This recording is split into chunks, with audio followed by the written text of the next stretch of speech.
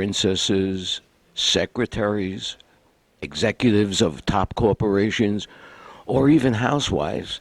This is the dream they have as a little girl. But the lady next to me, her name is Trina Robbins, dreamt of being a bohemian. That's what I wanted to be when I grew up. I wanted to wear a beret.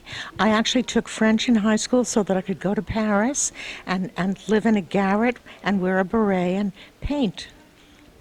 So you actually did this? No, I never. I mean, I have, of course, since gotten to Paris a lot, but no, I didn't live in a garret and wear a beret.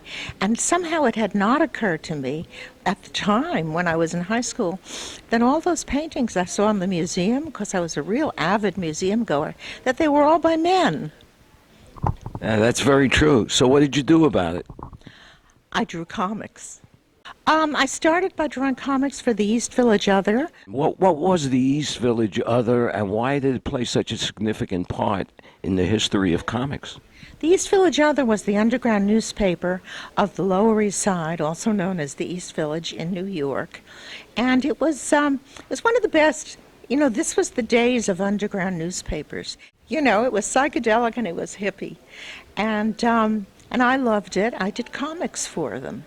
I also wrote a couple of articles. Explain a little bit about the comics business. You know, were you the first woman to actually get into this really male-dominated society? I was not the first. My big inspiration when I decided that I wanted to do comics was a strip that I saw, a full-page comic that I saw in the East Village Other called Gentle's Trip Out, and it was signed Panzika. And 2 years later, I discovered that Panzika was a woman. So my first inspiration was a woman. But I was certainly one of the first women. And you had a very unique comic strip. It was all about a lesbian that came out. No. That wasn't until 1972. Well, that was about time then. Yes. No, my first stuff, the stuff I did for the East Village Other, was in the 60s.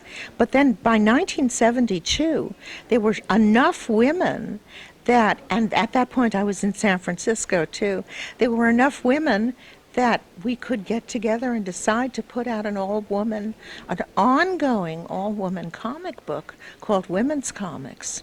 And it was for Women's Comics that I did, for the first issue, that I did Sandy Comes Out, which was about my roommate, about her coming out as a lesbian. And I didn't know it at the time, but it was the first comic ever done about an out lesbian. You know, when you do these things for the first time, you don't know it's the first time. Exactly. Well, but you got to look at yourself. You're definitely a pioneer. Yes, I was. I was a pioneer. I read somewhere that you created the costume and the drawings for the original Wonder Woman. No, what I did was I designed the costume for a female comic character who's become kind of iconic, Vampirella, who was this kind of sexy vampire. And I designed her costume in like 1969.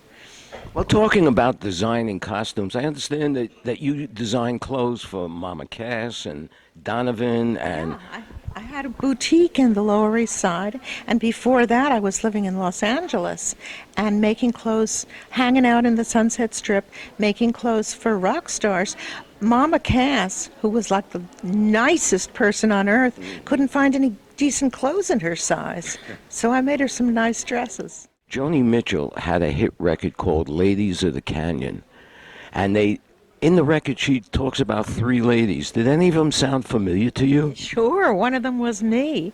Trina is the first lady of the canyon in the song, and it was just extremely lovely of her to do that, and it's given me a strange sort of fame. Well, the first time that you heard it on the radio and you knew they were talking about you. Oh, I heard it when she recorded it for the first time. Okay, so how did it make you feel? How did it make you feel the first time you heard a recording? She said, Trina, I have a surprise for you. She was recording for her album, and she went out there into that glass-walled booth and sang the song. And after, when it was over, David Crosby was producing her, and I just said to David, can I hug her?